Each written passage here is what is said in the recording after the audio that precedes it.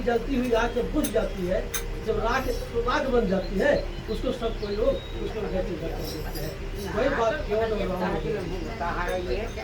मेरी छोटी सी नाव, मेरी छोटी सी नाव तेरे जादू भरे को मुझे डर लागे मेरी नाव में। मेरी छोटी सी नाव तेरे जादू भरे को मैं कैसे बुझाऊं मेरी नाव में। तो फूलों की भेंट चढ़ाता, तो फूलों की भेंट चढ़ाता, तो चला मुझको लेता, तो चला मुझको लेता। ऐसा समय बार बार नहीं आए करेगा, ऐसा समय मौका तेरी होगी जगह, तेरी होगी जगह। सुनो केवटी पुकार, आओ मेरी नाव में। तेरी छोटी सी नाव तेरे जादू भरे को मुझे डर लागे राम, कैसे बुझाऊं मेरी नाव में।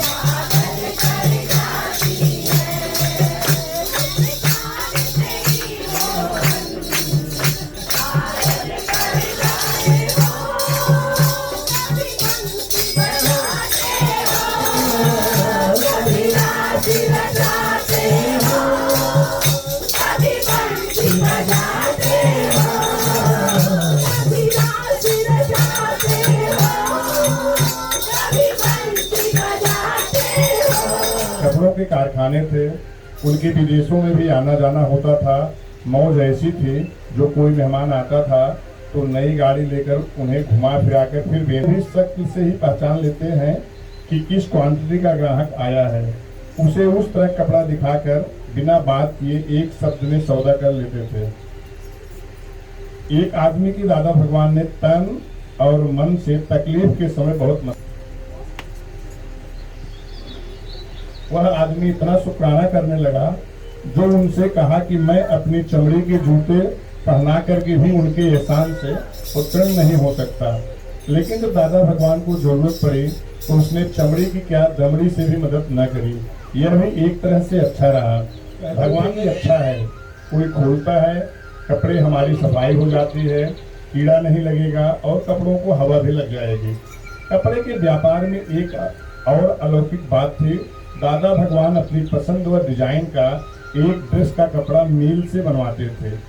वे पैसा पूरे थान का देते थे, माना उस तरह की एक ही ड्रेस होगी, दूसरी नहीं।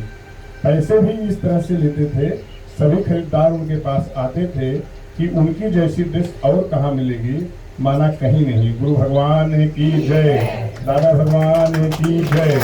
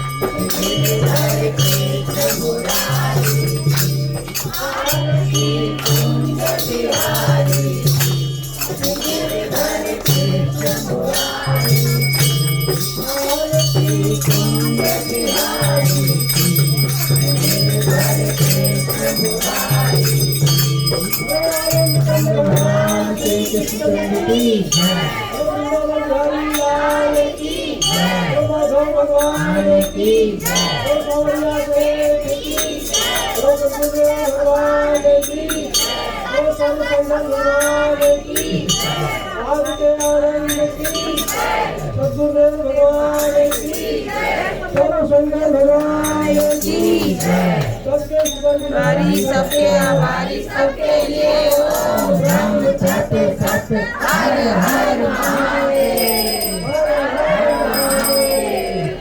हर महादेव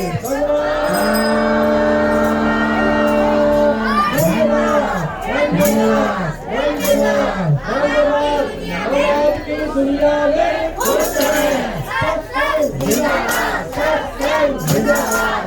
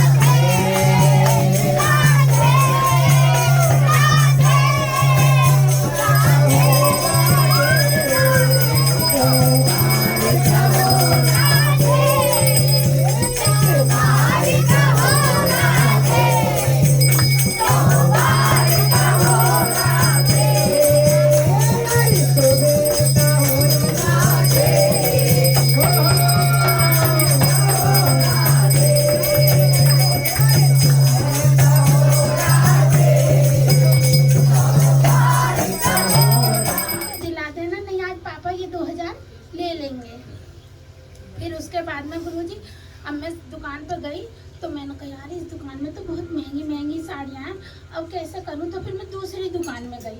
फिर मैंने कहा अरे ना यार अच्छी तो इसी में लग रही है, तो इसी में चल। फिर मैं उसी में गई।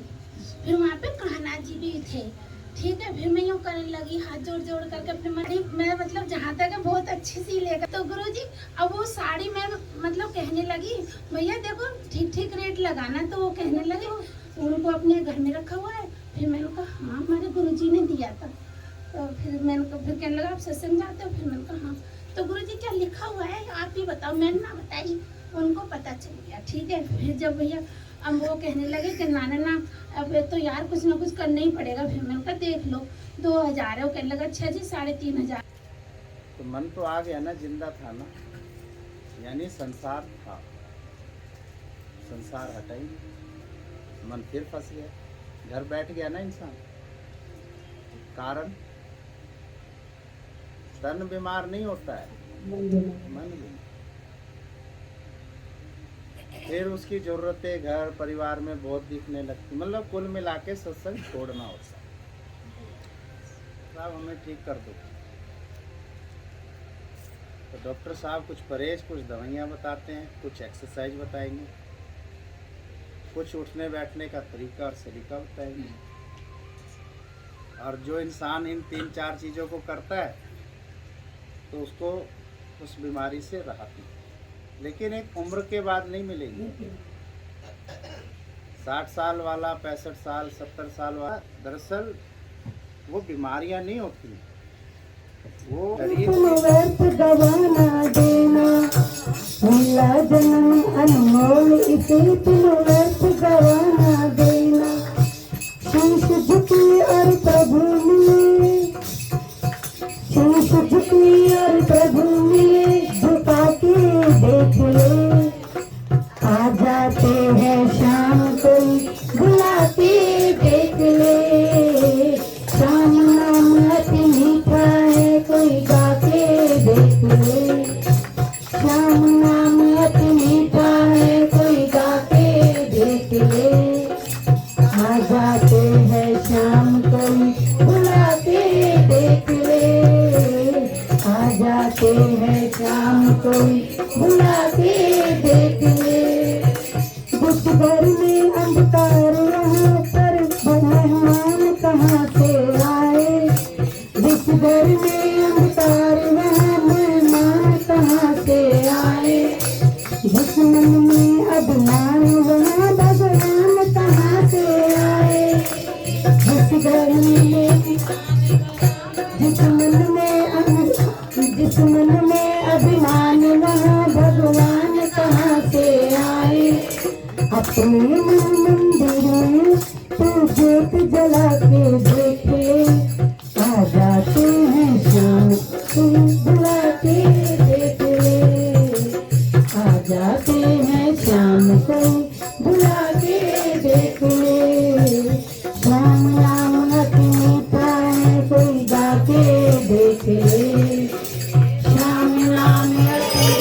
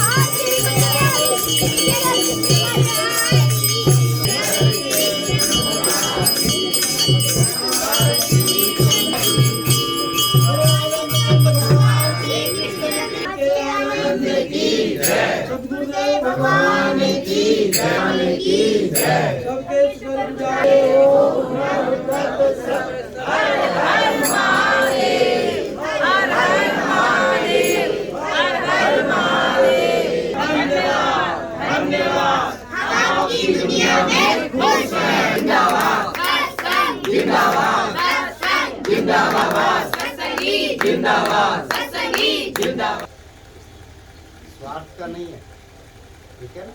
बच्चों के लिए भी ऐसे ही, बच्चों को भी ऐसे ही दो निकाल, ठीक है ना, इस तरीके।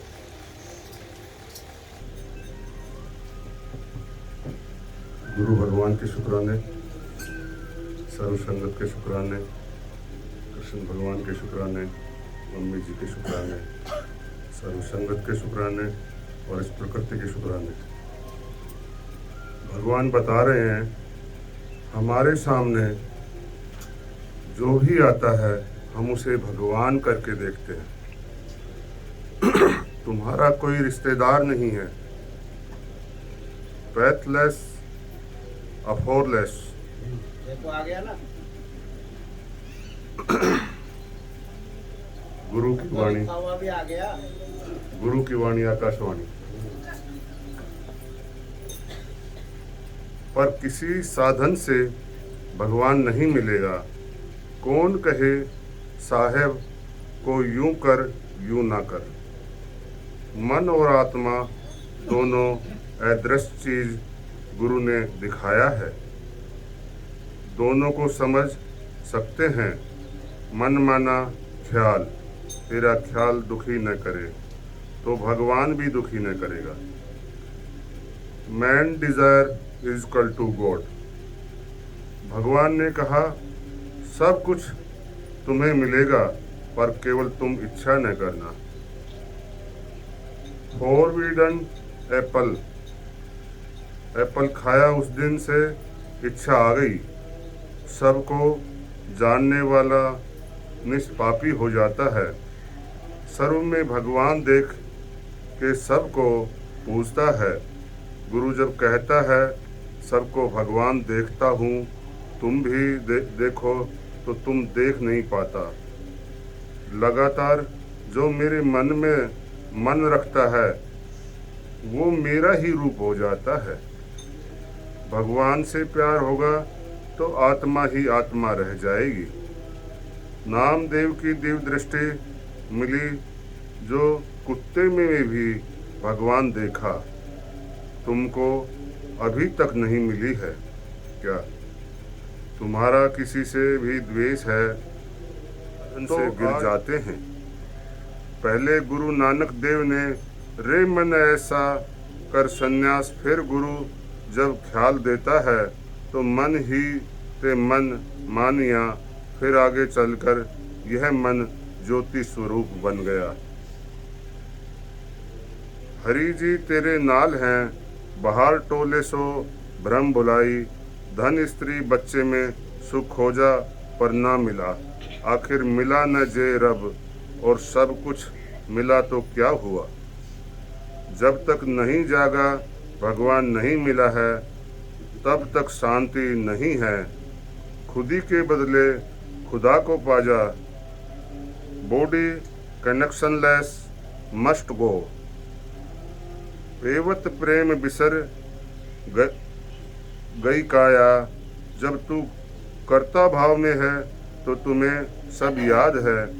अभी जब कर्ता भाव गया तो सच्ची में निकलेगी कैपिटल आई।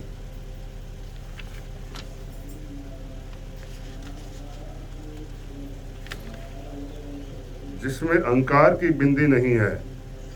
अंदर का धन है संतोष धन।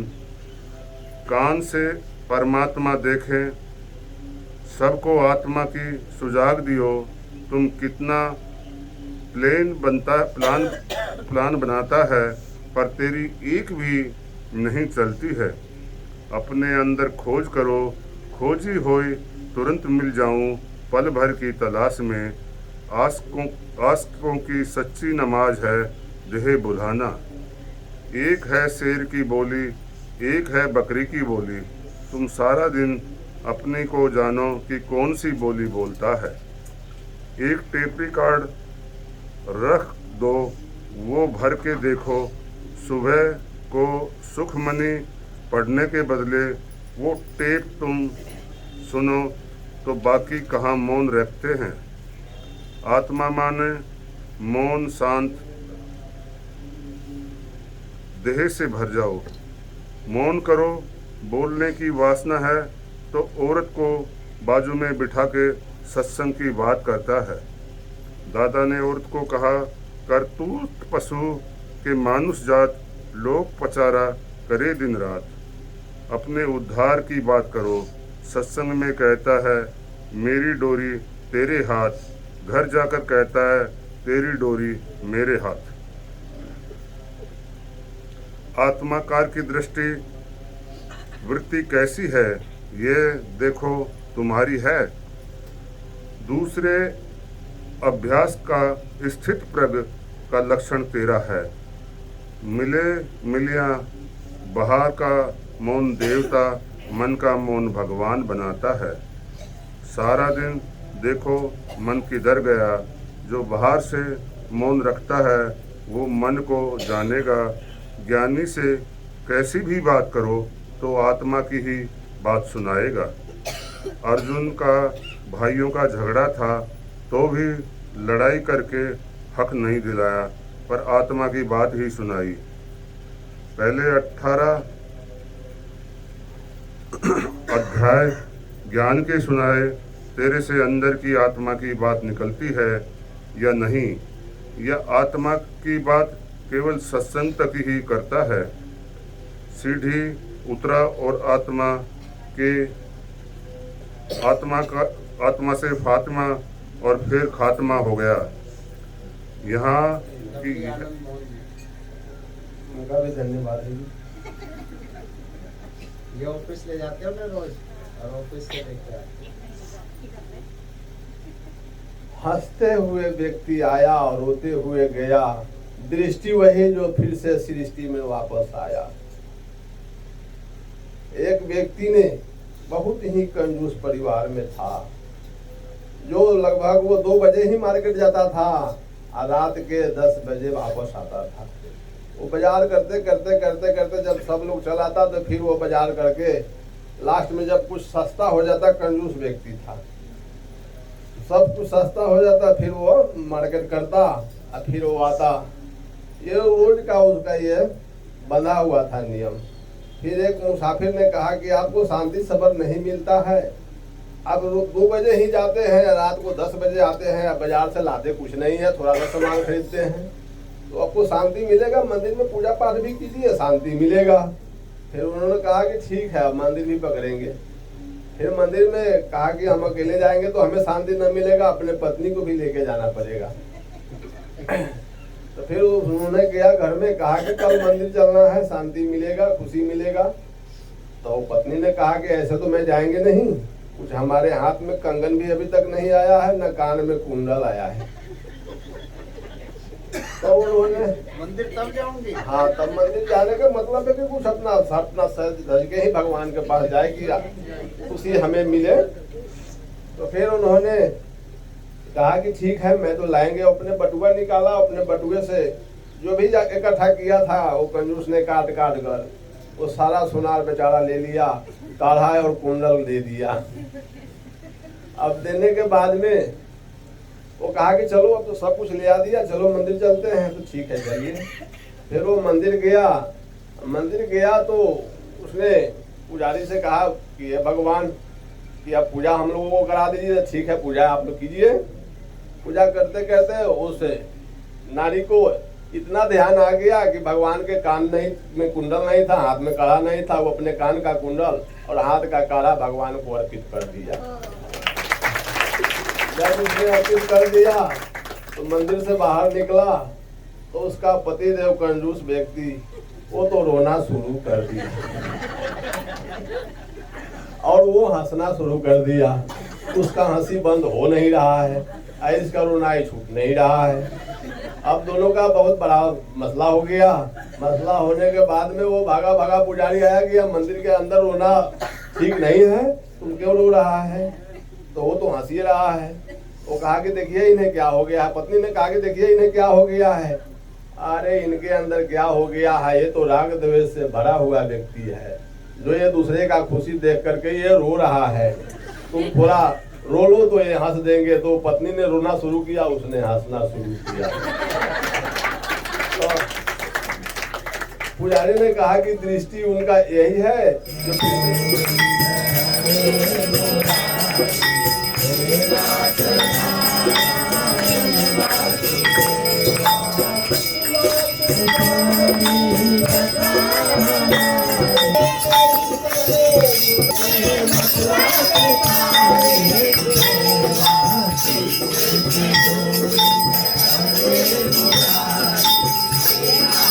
गोविंद हरे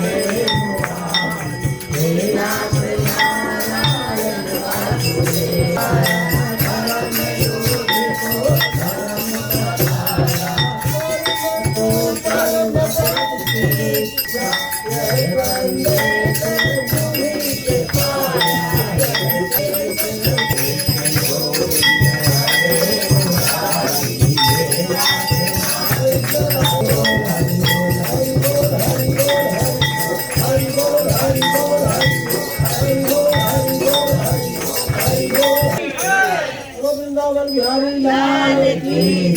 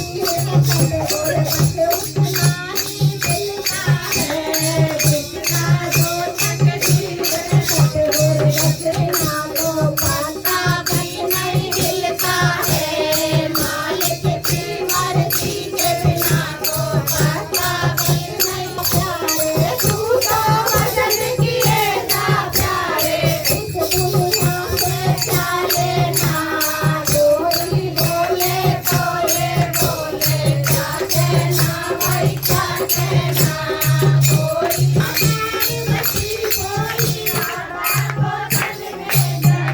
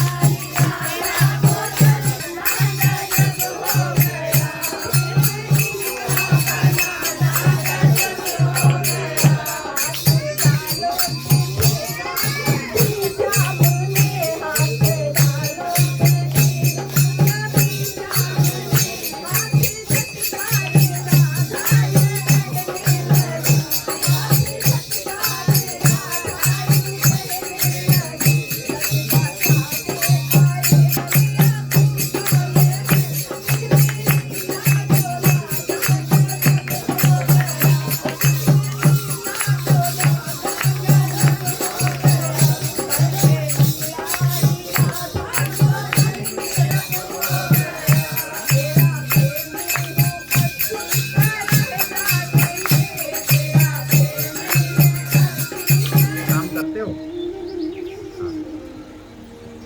वो आप इसको आश्रम की तरह समझो। जैसे गुरुकुल में हम लोग पढ़ाई करते हैं ना, इस तरह। और बिना माता पिता की आज्ञा के आप 2 मिनट के लिए भी बाहर नहीं जा सकते पूछ के। मान लो आप बोलते हो मम्मी मैं 10 मिनट में आता हूँ, आपको 5 मिनट में आना है। डिसिप्लिन, अनुशासन। मम्मी कौन है? गुरु। इस तरह घर का काम क्या है? आश्रम का काम। पढ़ाई किस लिए आप कर रहे हो? पैसे के लिए नहीं, अपने घर को चलाने के लिए नहीं, समाज में अच्छी सेवा करने के लिए आप पढ़ाई कर रहे हो। अच्छे डॉक्टर की ज़रूरत है ना, अच्छे कर्मचारियों की, अच्छे अधिकारियों की, अच्छे सिपाही की, अच्छे किसान की। तो पढ़ाई मैं इसलिए कर रहा हूँ ताकि मैं और बेहतर सेवा समाज को दे सकूं। कर्म करना है लेकिन फल की इच्छा नहीं।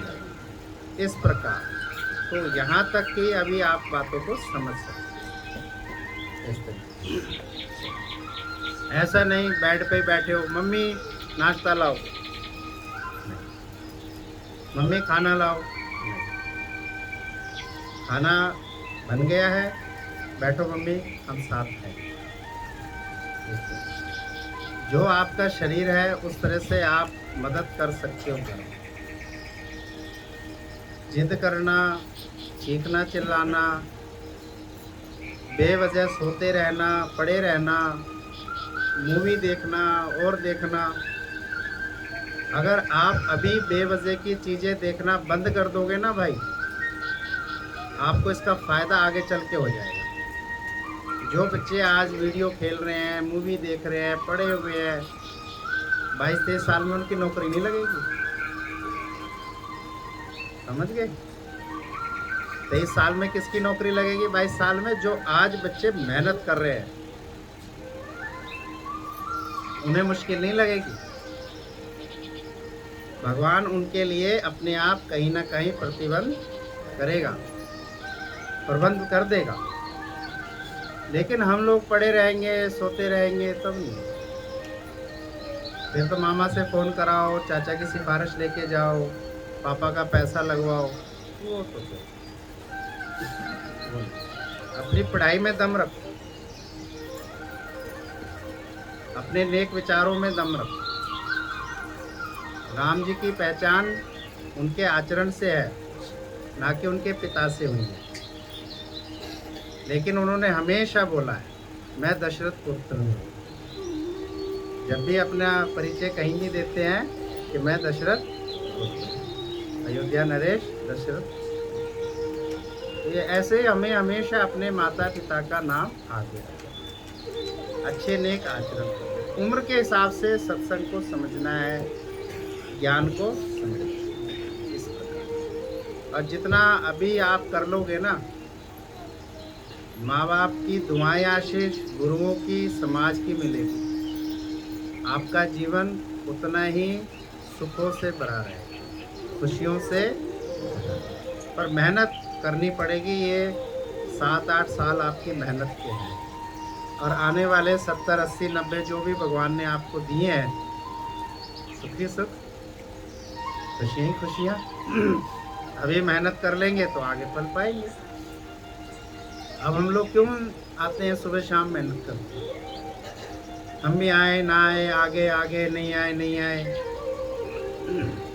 हमें पता है ना, हम आएंगे तो पाएंगे, नहीं आएंगे तो ठीक है, घर के कुछ सुख सुविधा मिल सकती है, लेकिन परम धाम तो नहीं मिलेगा।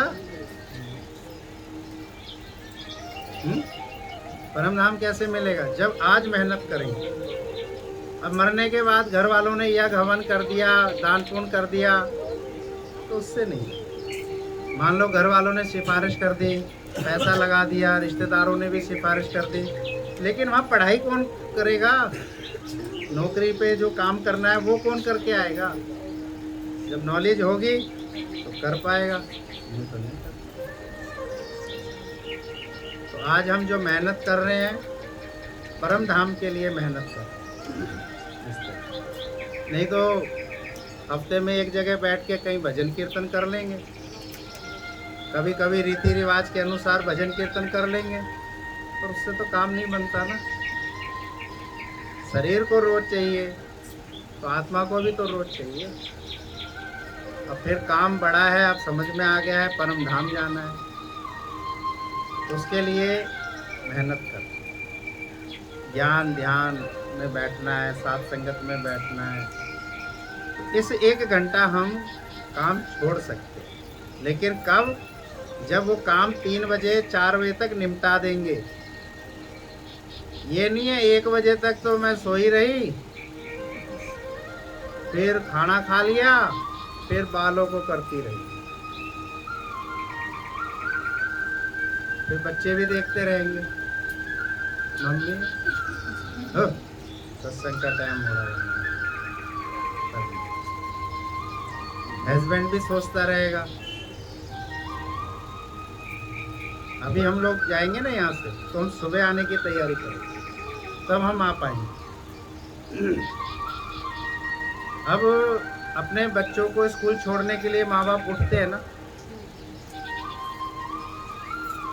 देखो 6 बजे खड़े हो जाएंगे, बहुत से स्कूल की गाड़ियाँ 6 बजे आ जाती हैं, तो खड़े होते हैं वो 5:45 बजे अपने बच्चों को लेके, और खुद भी। सैर करने वाले जाते हैं सैर करने, जिनको शौक है अपना शरीर का सोचना। पढ़ाई लिखाई वाले बच्चे जाते हैं नौकरी करने, तो अपना टाइम सेट कर लेते हैं। तो जिसको भक्ति का शौक लगेगा वो अपना टाइम सेट कर लेगा, और जिसको भक्ति का शौक नहीं है तो उसके लिए बंधन तो फिर बहुत है, बहुत बंधन लगता है। वो कहेगा भाई मैं सुबह नहीं,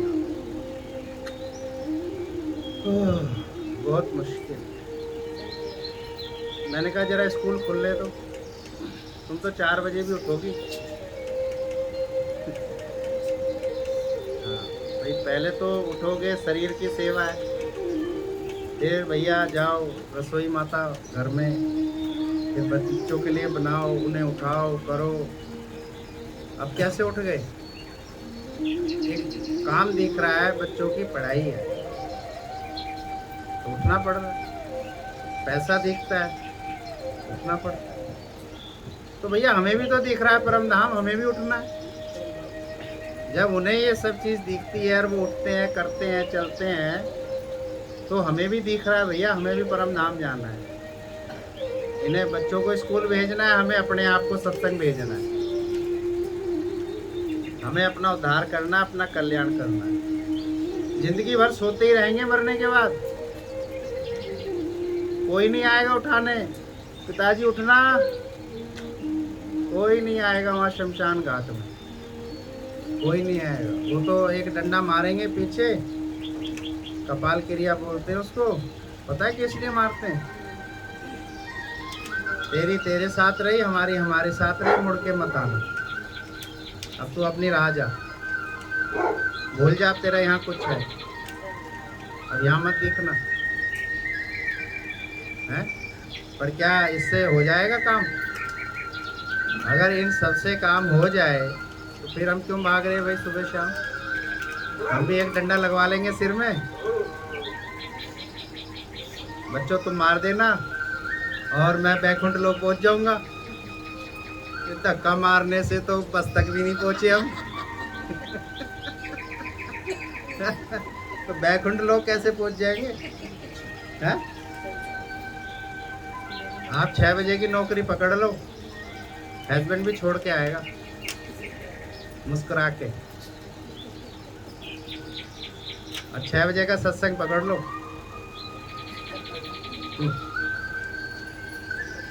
भक्ति तो घर की होती है, मन में भगवान होते हैं, इनके पता नहीं क्या हो रहा है। बाल्टी जोर से मारेगा बाथरूम में, है? मन में ही भगवान होते हैं। माँ बाप की सेवा ही भगवान होते हैं, पति की सेवा ही भगवान होते हैं। पत्नी कहेगी कल ही वो नई बाल्टी आई है, नहीं कोई करता है भाई।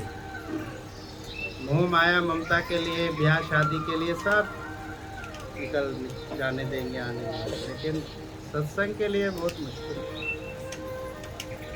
क्योंकि सत्संग का पुण्य उसी इंसान को मिलेगा जो आ रहा है, इसलिए। और वो नौकरी का पैसा तो सबको मिलता है। क्यों पैसे वाला लड़का ढूंढते, पढ़ाई वाला ढूंढते? क्यों नौकरी करने वाली लड़की ढूंढते हैं? क्यों पढ़ी लिखी ढूंढते हैं? ताकि कल को बच्चे होंगे तो पढ़ा लेगी, ट्यूशन के पैसे बच जाएंगे, स्कूल के काम करके आ जाए करेगी। और नौकरी वाली मिल गई तो क्या कहने, घर के खर्चे निकल जाएंगे, फ्लैट की किस्त निकल जाएगी, गाड़ी की किस्त। तो लड़की नहीं चाहिए, लड़का नहीं चाहिए, उसके साथ साथ और भी कुछ, और भी कुछ। ये संसार है, संसार। मैं कहता हूँ भाई सुबह नहीं आती बहन जी, उठ नहीं पाते भैया, और बहन जी के बच्चों का स्कूल खुल गया। मैंने कहा बहन जी अब तो देखती हो क्या करेगी, मजबूरी है। तो मैंने कहा यही समझ के सत्संग आ जाया करो, मजबूरी है जाना। अभी इतना बुद्धि नहीं आई ना कि सत्संग जाना।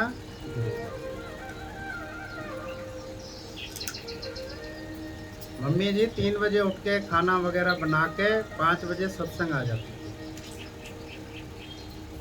हम रीस की बात नहीं कर रहे, हम तरीके की बात, कि तरीके से चलेंगे तो हम आ सकते। थोड़ा लालच रखो सत्संग का,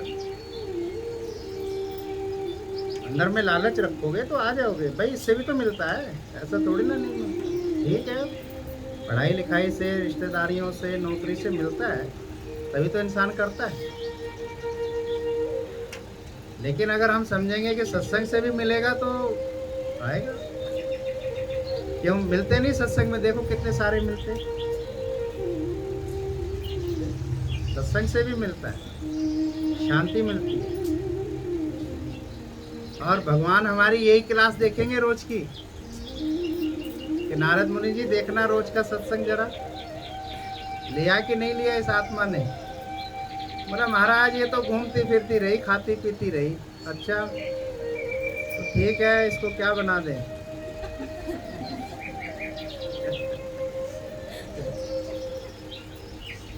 तो हमें भी परम धाम अपना चाहिए तो साथ संगत में आ सकते।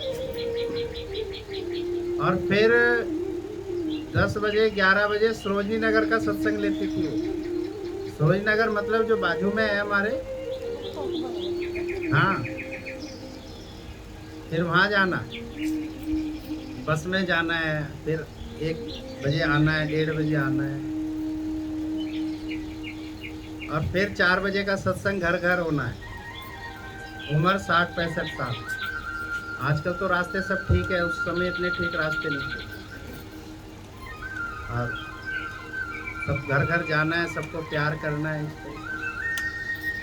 तो आपकी मेहनत और आपके पुरुषार्थ को नहीं मैं कम आंक रहा हूँ, लेकिन बढ़ जाए तो क्या हर्ज है। हर इंसान चाहता है भाई हमारा काम बढ़े, इसमें क्या हर्ज है? मेरे बच्चे पढ़े, मेरे हस्बैंड की तनख्वाह बढ़े, हमारी सेहत अच्छी रहे, हमारे और बने, और रिश्तेदारियाँ जुड़े, आगे अच्छा ही सोचता है। तो ऐसे हमारे सत्संग का टाइम बढ़े, हम बढ़े, तो इसमें हर्ज क्या बात? ये तो अच्छी बात हुई। भगवान तो भक्ति देखेंगे, दुनिया धन दौलत देखती है, सब देखती है, ठीक है, वो नज़रिया कोई गलत नहीं है, लेकिन काम वो भी करते चलो जिसे भगवान देखेंगे। अब लड़की नहीं पढ़ रही है तो माँ बोलेगी पढ़ ले, कल को लड़के वाले आएंगे, क्या बताएंगे कितनी पढ़ी लिखी है तू,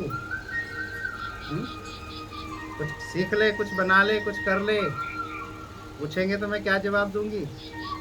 तो उसको साथ अपने अपने बैठा के सिखाती रहती है। ऐसे लड़के को भी बोलते हैं भाई थोड़ा पढ़ो लिखो भाई, कुछ करो। तो ऐसे ही भगवान देखेंगे, गुरु यही तो बोलते हैं भाई कुछ करो, कल को भगवान देखेंगे। हमारा शरीर नहीं देखेंगे, ना हमारी दुनियादारी बालक बच्चे देखेंगे, वो हमारी भाव श्रद्धा को देखेंगे, और उसी से वो हमें परम धाम देंगे। अगर यही सब देखते भगवान और भाव श्रद्धा नहीं देखते तो शास्त्र में लिखा हुआ आता था। फिर क्यों हम मेहनत कर रहे हैं?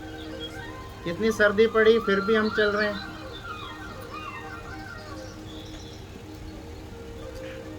कभी कभी ऐसा लगता है यार बुरा मान लेते हैं, लेकिन हमने कहा भाई यार सत्संग छूट जाएगा, बुरा मानने से फायदा ही क्या है, नुकसान तो अपना हो जाएगा, इसलिए बुरा नहीं मानते, चलते रहते हैं। नहीं तो ये मन बोल देगा देख तेरा मान सम्मान नहीं हुआ ना, बुरा मान गया, सत्संग छोड़ दे। ये और कुछ नहीं बोलता है, ये एक ही काम बोलता है, सत्संग छोड़ दे, बस। और कोई काम नहीं बोले, ये नहीं बोले खाना छोड़ दे, उठना बैठना सोना छोड़ दे, और कोई चीज़ ना। अच्छा ये भी नहीं बोलेगा एडजस्ट कर ले, संसार में बोलेगा एडजस्ट कर ले भाई, और सब बोल देंगे संसार में। पति पत्नी में कोई बात हो जाएगी, माँ बाप बोलेंगे कोई बात नहीं भाई एडजस्ट करो। पड़ोस में कोई चीखना चिल्लाना हो गया, एडजस्ट करो भाई। बच्चों में माता पिता में कोई बात हो गई, एडजस्ट। सत्संग में कोई बात हो गई, हाँ, छोड़ दे तो सत्संग। अरे भाई एडजस्ट करो, उम्र को एडजस्ट नहीं कर रहे हम, कर रहे हैं ना, उम्र को करना पड़ेगा। क्या करोगे? कहाँ से लाए अब 20 साल वाली फिर उम्र? आंखें वीक होगी, एडजस्ट करो भैया, चश्मा लगाओ। नहीं करते, करना पड़ेगा। शरीर में ताकत नहीं आ रही दम, तो गोलियां खाओ भैया, चलता है। तो सत्संग भी समझौता करो, एडजस्ट करो, चलते रहो। मन तो बोलेगा छोड़ दो, मन तो बोलेगा छोड़ दो, बहुत सर्दी पड़ रही हो तो भैया चलो, परम नाम चाहिए कि नहीं, तो चलते रहो। जिस गली से हम लोग आते हैं ना, हमने कहा यार बड़ी सुनसान गली है, पेड़ वेड़ भी झुके हुए हैं, बड़ा अंधेरा रहता, खबड़ दबड़ चलते रहते, कौन आएगा ऐसी सुनसान गली में अकेले में? तो वहाँ भी सफाई कर्मचारी अकेले लगे रहते हैं। इसका मतलब भाई वो नौकरी कर रहा है गवर्नमेंट की, बदले में पैसा मिलेगा। तो पैसा उसका माध्यम है, उसको खींच के ला रहा है और हमसे पहले लगा रहता है। वो जब भी हम आते हमसे पहले लगा रहता है, तो माध्यम पैसा जिससे उसका घर चलेगा। तो मैंने कहा हम भी चलेंगे, हमारा भी माध्यम मुक्ति है, हमें भी भगवान मिलेगा, हम भी चलते रहेंगे, हम भी पीछा नहीं छोड़ेंगे। जब वो चलता रहेगा तो हम भी चलते रहेंगे। तो ऐसे ऐसे आदर्शों को देखकर भगवान की भक्ति में लीन रहना। जब ये चल रहे हैं, कर रहे हैं, सब हो रहा है, तो हमें क्या हर्ज है? इन्हें भी तो सर्दी लगती होगी, ये भी तो अपना घर छोड़ के निकले हैं पैसे के लिए, नौकरी के लिए, बच्चों के लिए, माता पिता के लिए। अच्छी बात है, अच्छे नेक काम कर रहे हैं समाज में। तो इसी प्रकार हमें भी चलना है, हमें भी चलना घर की शांति के लिए, घर के सुख स्मृति के लिए, घर के स्वास्थ्य के लिए, घर की खुशियों के लिए, और भगवान के सामने बैठकर आशीष दुआएं करते हैं। और जब साथ संगत से जाएंगे तो घर में खुशियां रहती हैं, चार काम फालतू हो जाते हैं, मुंह चुप रहता है, अंतर हृदय खुश रहता है। और अगर सत्संग अगर हमारी जिंदगी से जरा हटा दो तो क्या है हमारे पास? तो वो जमीन जायदाद, मकान दुकान जो भी है वो है, लेकिन अगर सत्संग हट जाए तो ऐसा लगता है जिंदगी बेकार हो, जिंदगी बेकार। क्योंकि अब समझ में आ गया है कि सत्संग से ही भगवान रिश्ता है, भगवान। जब अर्जुन पूरी तरह से कहना नहीं मान रहा था, क्योंकि वो भीष्म पिता को मारना ही नहीं चाह रहा था, तो भगवान ने बोला कि ये युद्ध हम जीत नहीं सकते हैं, क्योंकि जब तक भीष्म पिता है तब तक युद्ध होता रहेगा और कौरव हारने वाले नहीं। तो तुम्हें अपने तात श्री का वध करना ही होगा, और अगर तुम नहीं करते हो तो मैं करता हूं। भगवान रथ से उतरे और वध करने के लिए उन्होंने अपना सुदर्शन चक्र भी, पितामह ने अपना धनुष बाण किनारे रखा, भगवान को प्रणाम करा। पितामह ने क्या मांगा? मुक्ति। बोला भगवान आप तनक भी संकोच नहीं करिए, मेरा वध कर दीजिए, मुझे मुक्ति दीजिए। कौन थे वो उस समय के सबसे रईस? ये भारत उनका था, दिल्ली नहीं। भारत को बढ़ाने वाले, उसकी सीमाओं को बढ़ाने वाले थे ये। जिस भारत का आज हम नक्शा देखते हैं ना, ये इन्होंने ही सब बनाया। और वो क्या मांग रहे हैं पितामह? भगवान मैं खुश नसीब होऊंगा जो आप मेरा वध कर दो, मुझे मोक्ष मिलेगा। आप संकोच मत करिए, मैंने धनुष बाण भी किनारे रख दिया है, आप मेरा उद्धार कर दीजिए, मेरा भला कर दीजिए। और आपने प्रतिज्ञा भी करी थी कि आप शस्त्र नहीं उठाओगे। तो भगवान ने अर्जुन को बोला कि अर्जुन तुम नहीं करोगे तो मैं करूंगा।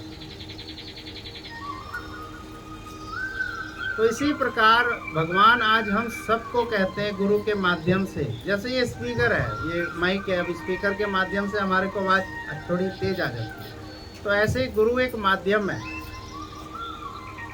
भगवान के प्रतिनिधि हैं वो। अभी हम लोग तो नहीं जा सकते ना इधर उधर, मैंने बताया ना, बुरा भी नहीं मान सकते, हमें वो भी इजाजत नहीं है। एक तो ये होना चलो भाई बुरा मान के बैठे और अपने पैर पे पैर रख के घर बैठे, अरे भाई आ क्यों नहीं रहे हो? कौन जाए, कोई पूछता ना ताजता, ना इज्जत है, ना कोई रेपुटेशन है, सत्संग है। तो मैंने कहा भाई वो मान सकते हैं, हम नहीं मान सकते, हमें इजाज़त, हमें अथॉरिटी नहीं मिली, क्योंकि हम नहीं चाहते कि हमारे कृष्ण जी चक्र लेके आ जाए।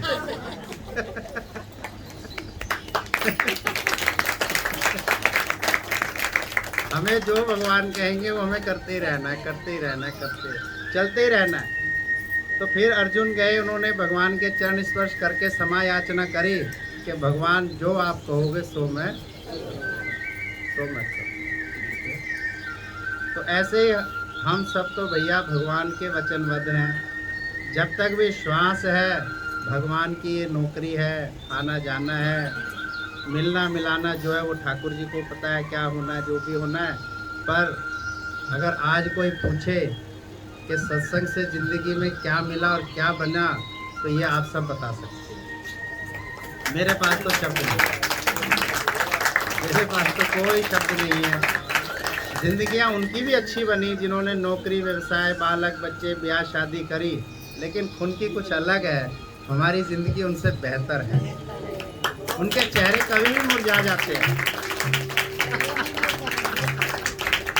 उनके चेहरे कभी भी मुरझा जाते हैं, लेकिन हमारा चेहरा कभी मुरझाता ही नहीं है। पता है क्यों?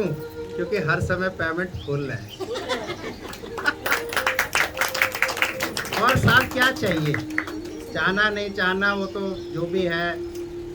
सबसे बड़ी बात है इस रास्ते पे जो मेरा अपना अनुभव है कि मुझे भगवान के भक्तों के दर्शन हो रहे हैं,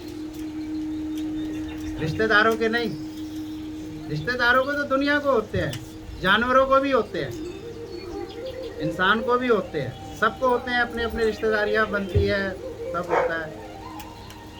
लेकिन मैं इतना भाग्यशाली समझता हूँ अपने को कि मुझे सुबह शाम भगवान के भक्तों के दर्शन होते हैं, यानी भगवान के ही दर्शन होते हैं। तो ये क्यों छोड़े भाई, क्यों छोड़े? जब अमिताभ बच्चन 80-85 साल का होकर काम नहीं छोड़ रहा है, तो हम भी क्यों छोड़े अपना काम? है? हाँ, हम तो अभी अभी नए नए हैं, हैं? हम क्यों छोड़े? हम भी खुश हैं। एक दिन प्रकृति की लीला ही बदल गई, क्योंकि निराकार को दादा भगवान के ज्ञान को प्रकाशित करना था। अचानक 40 वर्ष की उम्र में प्रकृति प्रतिकूल हो गई। उनको विदेश से समाचार मिला कि उनके मैनेजर ने दिवाला निकाल दिया है। प्रकृति की लीला देखकर वह शांति में बगीचे में एकांत में जाकर के बैठते थे। आंतरिक खोज शुरू हो गई। सच्चा सुख कहाँ है? पदार्थों की नश्वरता का अंतर्बोध होने लगा। एक दिन वहाँ एक ज्योतिषी ने दादा भगवान का हाथ देखकर कहा, आपके हाथ में राजाई लिखी पड़ी है। उस पर दादा भगवान ने कहा, मेरी तो सारी राजाई चली गई, खत्म हो गई, अब कुछ नहीं है। परंतु यह बात सच ही निकली, जो दादा भगवान को ज्ञान की परम रजाई प्राप्त हो गई। ब्रह्म ज्ञान से सृष्टि के मालिक हो गए। अचानक दादा भगवान की मुलाकात एक कच्छी गुरु, जिनका नाम लाला जी महाराज था, से हो गई। सारे शहर में मालूम हो गया था कि ऐसा गुरु आया है जिससे कोई भी नहीं पहुंच सकता। सब संत शास्त्रार्थ के लिए गए, पर लाला जी भगवान के निश्चय को नमस्कार करके चले गए। दादा भगवान को उनके ज्ञान से काफी आनंद आया। सच का आंतरिक सुख शुरू हो गया। लाला जी भगवान ने दादा भगवान को उपदेश दिया कि दिवाला तो व्यापार में निकलता ही है, कभी नफा कभी नुकसान, पर मुझ आत्मा का कोई दिवाला नहीं निकाल सकता। बात कुछ ऐसी थी जो दादा भगवान के अंदर में बैठ गई। उन्होंने प्रश्न उत्तर करके सारा संयम भ्रम निकाल दिया और 1 वर्ष तक लगातार गुरु का संग किया। एक दिन दादा भगवान गुरु के पास सत्संग में काफी आनंद से बैठे थे। उनके साथ एक दोस्त भी गुरु के पास चला आया था। वो बार बार इशारा कर रहा था, अभी चलो, अभी उठो। उस दिन से भगवान ने निश्चय